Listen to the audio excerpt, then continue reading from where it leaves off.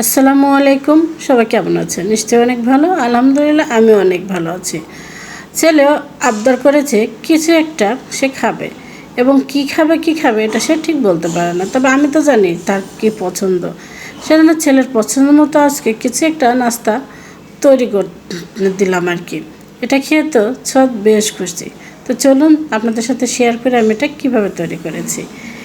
আজকে হচ্ছে বার্গারটা তো ওদের খুবই পছন্দ। বার্গার, চিকেন ফ্রাই এ ধরনের খাবার আসলে সব বাচ্চারা এগুলো খুব পছন্দ করে।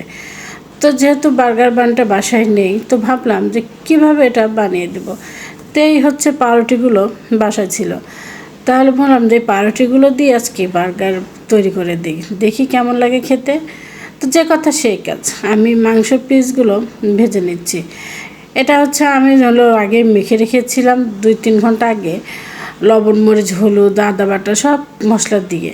তারপরে যে পাউরুটিগুলো হালকা হচ্ছে একটু তেল ব্রাশ করে দিয়েছি। তারপরে পাউরুটিগুলো আমি হালকা ছেঁকে নিচ্ছি। আর এই পাউরুটিগুলো দিয়ে এমনি কিন্তু ডিম দিয়ে ভেজে খেতেও কিন্তু অনেক মজা লাগে। তো হচ্ছে আজকে আমি এটা দিয়েই বার্গার তৈরি করব। আশা করছি ভালোই লাগবে খেতে। তো পাউরুটিগুলো আমি সব হালকা ছেঁকে নিয়েছি। তারপরে মাংসগুলো যেহেতু অল্প আছে ভাজছি, সেটা একটু সময় লাগছে। ততক্ষণে আমার মাংস ভাজা হোক, আমি বার্গার সসটা রেডি করে নিয়ে আসি। তো বার্গার সসটা রেডি হয়ে গেছে। তারপরে আমি পাউরুটিতে সেই সসগুলো একদম লাগিয়ে দিচ্ছি। আমি একটা বার্গার তৈরি করতে 3টা করে পাউরুটি দেবো, যেহেতু পাউরুটিগুলো একটু পাতলা পাতলা করে কাটা।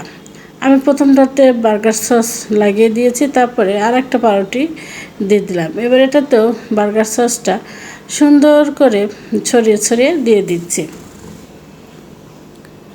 বার্গার সসটা খেতে কিন্তু বেশ ভালো লাগে। এই সসটা আমি তৈরি করেছি হচ্ছে কাঁচা ডিম, গুঁড়ো দুধ, টমেটো সস, তারপরে হলো গোলমরিচের গুঁড়ো, চিনি। আপনারা চাইলে রেসিপিটা আমার দেওয়া আছে, দেখে আসতে পারেন।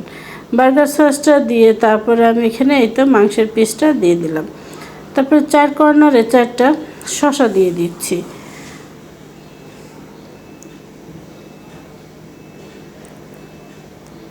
সোয়াদ তো বারবার কিছুক্ষণ পর এসে এসে দেখছিল আর বলছিল যে আম্মু এটা তুমি কী তৈরি করছো, এই পাউরুটি দিয়ে কখনো কি কেউ বার্গার তৈরি করে? কিন্তু আমি ভাবলাম যে দেখি না আজকে খেতে কেমন লাগে, যেহেতু এটা বাসায় আছে তাহলে এটা দিয়ে আজকে আমরা বার্গার তৈরি করে খাবো। আমরা তো 3জন যেহেতু মানুষ, 3টা বার্গার তৈরি করে নিলাম। আমি উপরেও কিন্তু বার্গার সসটা দিয়ে দিচ্ছি। আর এই বার্গার সসটা যত বেশি দেওয়া যায় উপরে, খেতে কিন্তু তত বেশি মজা লাগে। বার্গার সসটা দিয়ে দিলাম এবং 3টে আমাদের খাওয়ার জন্য রেডি। এখন আমরা 3জন রুমে নিয়ে যাই। আর বিকেলের নাস্তাটা আমরা সবসময় বেডে করতেই বেশি পছন্দ করি। তার রুমে নিয়ে যেয়ে 3জন একসঙ্গে এটা এখন খাবো আর দেখবো কেমন মজা হয়েছে। প্রথমটা আমি সদকে দিয়ে দিলাম, তারপরে তো সদের আব্বুকেও দিয়ে দিলাম। তারপরে এটা আমি নিয়ে নিচ্ছি। এবার 3জনে একসঙ্গে খাওয়া শুরু। সদ তো বলছে আম্মু সত্যি এটা অনেক মজা হয়েছে খেতে, পাউরুটিটা কিন্তু বেশ ভালো লাগছে খেতে। সদের এটা খুবই পছন্দ হয়েছে। ঘরে যদি এরকম পাউরুটি থাকে তাহলে আপনারাও কিন্তু চাইলে খুব সহজে এভাবে বার্গার তৈরি করে নিতে পারেন। সবাই খুশি হয়ে যাবে এটা খেয়ে। আল্লাহ হাফেজ।